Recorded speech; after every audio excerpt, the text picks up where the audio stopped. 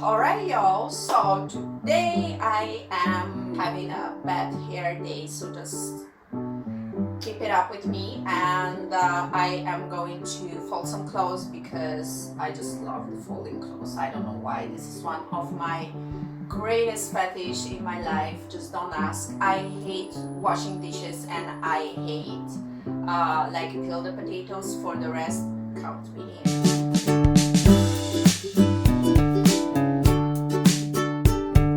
So, how are you? How are you doing? I hope you're okay because I literally lost the count of the days, okay? And I am going to tell you, since we are doing all the houseworks, etc., about my house when I was a kid. And this time, the shit will be real because I'm gonna talk about ghosts.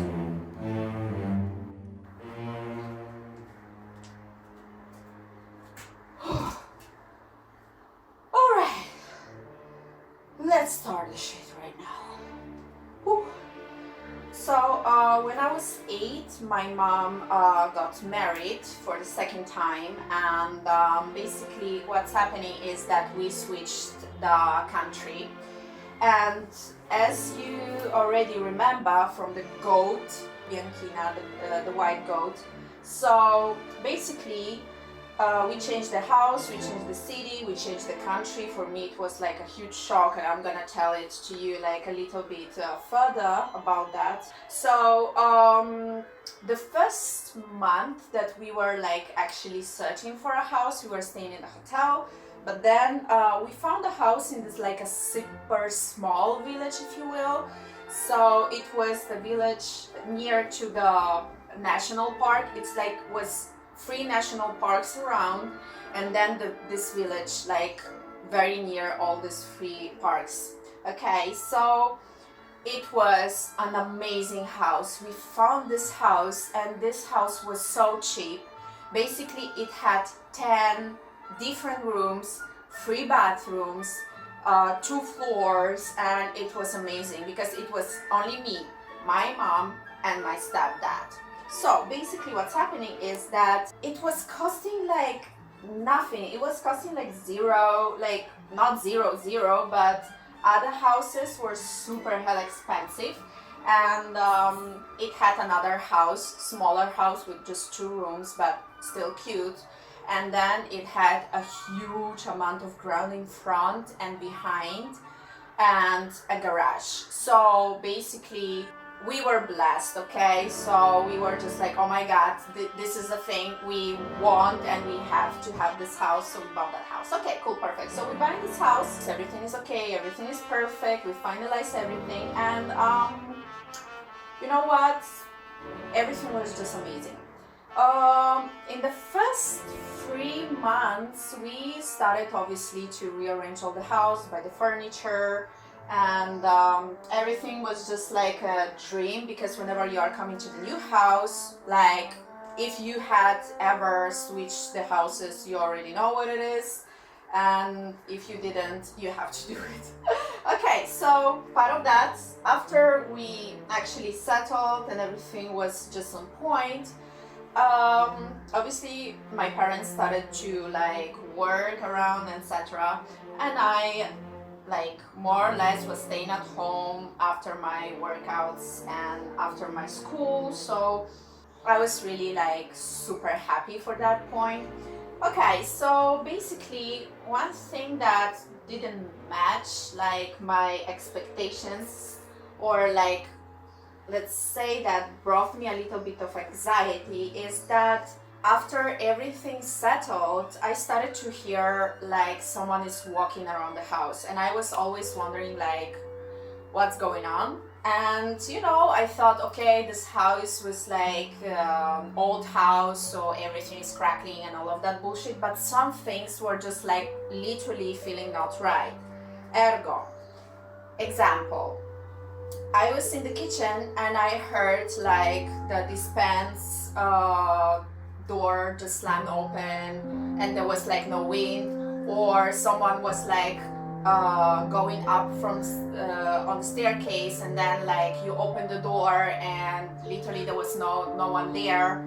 And I don't know, like several things that just made you feel like, what the fuck is going on? Someone is here, right? But then when you were going around and you were like, hello, anyone's there? No one was there. And like my parents were out.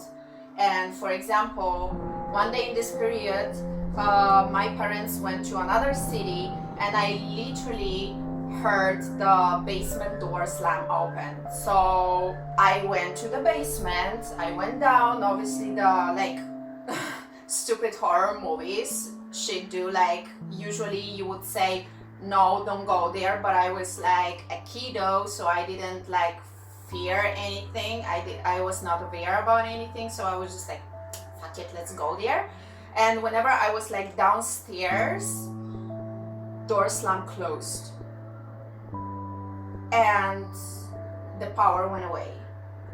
I started to shout and cry, and like literally I opened the door, I just went upstairs and I like literally cried for half a day. And I remember that well because that gave me super anxiety to just like literally go out of my room. And I was, after that I was like, something is wrong, and that anxiety just increased. And at one point I just like, Mom, I cannot like live like that. And I just told her that whenever they were out, like someone was walking in the house, and I just heard that, and someone was just like, or someone was in the house, or I didn't knew what to say, because like literally I was like, what, 8 years old, so I didn't like knew how to explain the things that were happening around me. And I was not aware about ghosts or something. So one thing I knew, something was happening and something bad was happening, because like I didn't seen anything, but I just heard day by day things that were moving, things that was like doors opening and something crackling, someone is coming, someone is going. And after that particular time in which I got that episode of the downstairs of the basement, I just freaked out. Okay, so I just told to my mom that something is wrong, and she's like, okay, let's find out, because she was like trusting me and obviously my mom. And she was like, okay, cool, perfect, let's just find out on the people who are like our neighbors. But no one wanted to talk. No one wanted to talk apart of only one person. And this person was like very, very old. She was an old lady, and she was differently able. She was on the, you know, she was not moving, and all, like she was super old. Okay, let's not be like, cut. I don't even remember how old she was.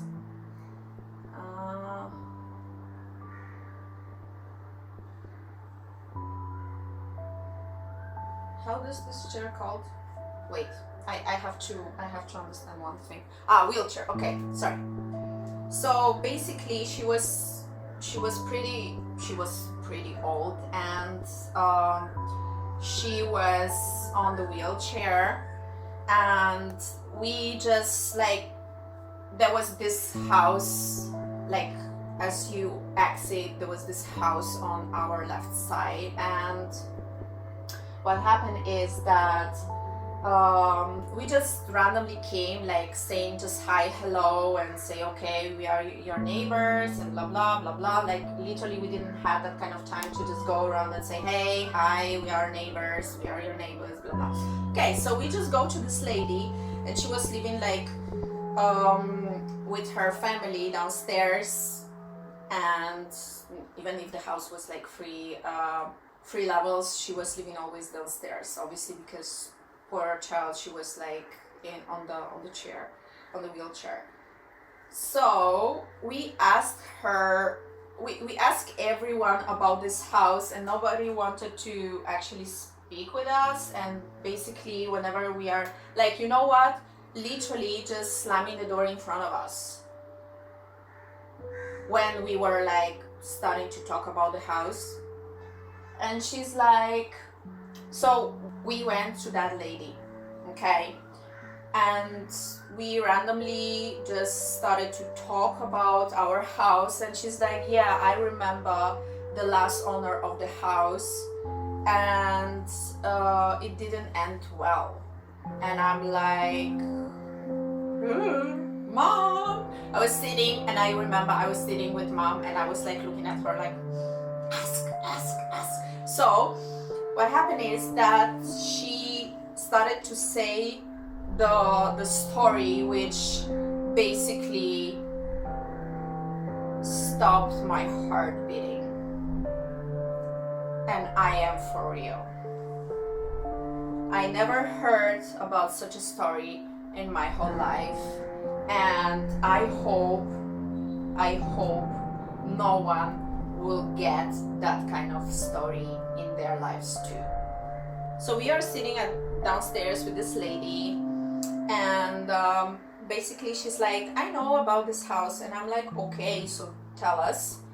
And she's like, ask everyone else out of the room. And we were like, okay, what's going on? And she's like, don't ask anyone else about this house, and don't say anything to other people about this house. Please don't do. And I'm like, yeah, but I was a child, so I was like, why? And she's like, because this house is cursed. I'm like, oh, fuck. You know this moment in which you're like, that's why this house didn't cost shit. That's why this house didn't cost shit. Because it's motherfucking haunted. Thank you.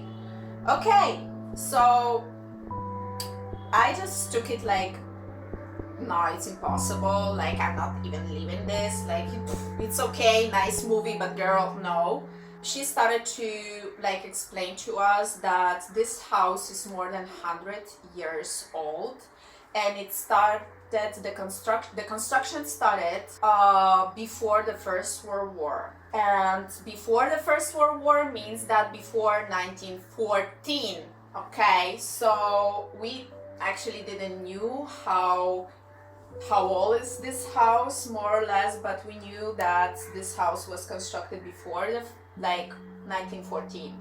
Then she said that once there was a huge construction in this house, and a lot of people just worked and gave their soul to this house and made this house beautiful, because this house was a beautiful thing, was a treasure. This house was amazingly looking, and a lot of people were like pretending to have that part of the village was like center of the village, so everybody wants that. He employed so many people. I don't remember his name right now. I don't remember even the lady's name, and I'm so sorry.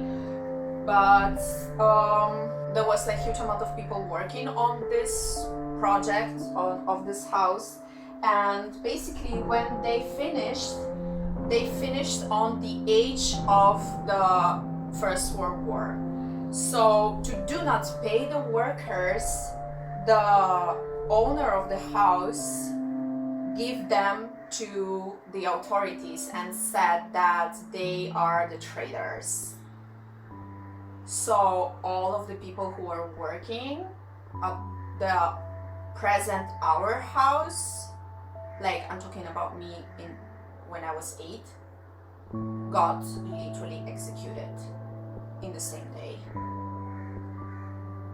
We don't know if it was true, and I don't think that it was true. I just think that he was an asshole and he didn't want to pay them. That's why he just said that, okay, fuck it, I'm gonna do this shit. But the rumors after that said that those people who were working, they cursed the house. And after that, a lot of shit started to happen, a lot of weird shit. And they are like, no one wanted to go to serve to this house, or go into this house. And the owner was very despotic. So apparently he has 2 daughters, and a wife, and the grandma, let's say grandma, or the auntie, let's call her auntie. So the auntie said that apparently the owner like started to freak out after this one, and since no one wanted to work with him after this, he just started to become very very despotic towards his wife and two daughters. So year after year, like no one wanted to get in, like, you know, work with him, so he had to like go to another city to have work, etc., etc. So after some time, his wife died on a heart attack, and she was like literally very, very strong woman. And that moment in which she died, people said that, you remember that time that the people who you betrayed cursed you? This is the first bill to pay, and you paid it. And once his wife died, he locked both of the girls inside the house and never let them out. So what happened is that one of the girls, after some time, she literally escaped from the house, and she went to another city and cut herself out of this family. And after that, he started to be even more despotic because he lost the power on, you know, on one of his children. So he started to be despotic on the other chick, and the other one started to hear the voices. I don't know, maybe she was schizophrenic or something, you never know. But he allegedly, I don't know if it's true, he allegedly just tied her up to the bed and literally just made her a prisoner in the house. When I was hearing that, right now it's just like, but I was a child and I didn't like thought about it. I was just like, yeah, whatever, not a problem, not true, blah blah, what the fuck. But my mom was starting to like literally shake, and she's like, and what then? And the grandma, the auntie, she said, that kid, this girl, died in the bed. She was literally trying to escape, and she died in the bed. And the week after, her father died of a heart attack. Since then, no one else went into the house. You're the first one. I was like, what? You are telling me that we are the first ones that actually entered to the house after that shit happened? And she's like, yeah, lucky you.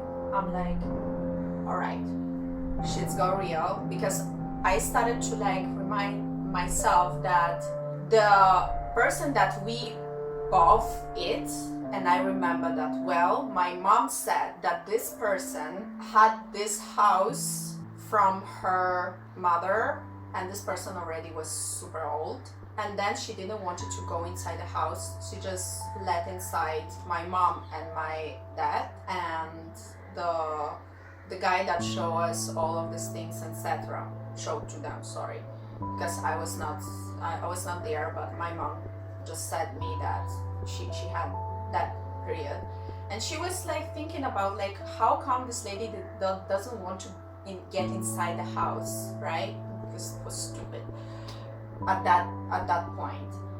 Then cut to the thing, when we went into the house, there was one room, huge room on the first floor, filled up with like this children's old things, and children's all clothes and children's all book and all of these things. And I was just like very curious about it because I was actually the one who helped my parents to clean it up. And under all of these things we found a bed, and my parents were like, amazing, this bed is yours. And the bed strangely was preserved amazingly well. Like, it was a great bed. It was a bed which is like which was in the Liberty style, and I was like, oh my god, this bed is so amazing, right? So it was like amazing bed, and they are like, okay, this bed is yours. And I'm like, woohoo. After a month or so we had the doctor's visit, and basically what's happening is that obviously the doctor sees everything, if you're coughing, if you're not coughing, if you are alive, etc. And he just, like, how to say it, he looked at my back and he's like, wait a minute, and he started to see my spine. And after like some time he's like, I'm gonna call your mother. He called my mother to the office, and he's like, what's going on? And my mother, she's like, what do you mean? And he's like, your child has the spine that it's basically all over the place, and I don't even know how physically it's possible that she's walking. Basically, it turns out that my spine was all over the place, and I have somewhere the document that actually states that. My mom keeps that document, I think, in our house somewhere. The document states that my spine is all over the place and I need a surgery. And he's like, how come you're walking? And I'm like, I don't know, I'm just kind of walking. And I was a kid, right? So I was just like, fuck, 8 years old. So I was just like, I'm walking. And he's like, what are you doing to her? Is she like, are you beating her up or something? And my mom says like, no, nothing is happening, like everything is perfect. And he's like, I think that you should do a surgery for this kid because we have to do something with the spine, because I don't know how she's walking, but this is unnatural. And she's like, okay.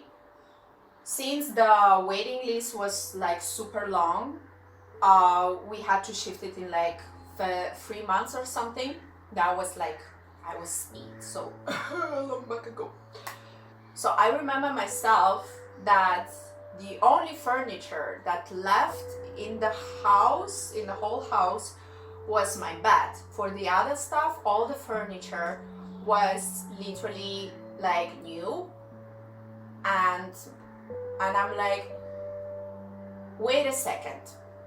I went out from the house of the auntie. I went to my house, and I had like a picture of me on my bed. So I brought it out, like I brought it to the house of this grandma, and I'm like, is the bed on which this girl was tied up? And you have to see the scene in which like the face of the auntie changed in expression, and literally she becomes white and she starts to sweat and she starts to call the people, and she had an anxiety attack. And I was there, and I was like, I didn't even knew what anxiety attack was there at that point. And people are just like, leave, obviously. So as we were thrown out of the house, I didn't understood shit, but my mom did. So in the same minute as we were thrown out of the house, we went into my house. My mom called my dad, and she's like, we have to move the bed outside the house. So we moved the bed outside the house, and my dad and my mom stood for I don't know how many hours and tried to destroy the bed, and the bed like literally was standing there. And I think it was super resistant because they were trying to destroy it, but they couldn't like actually do it. So at the end of the story, they just like spread the benzene on it and put this bed on fire.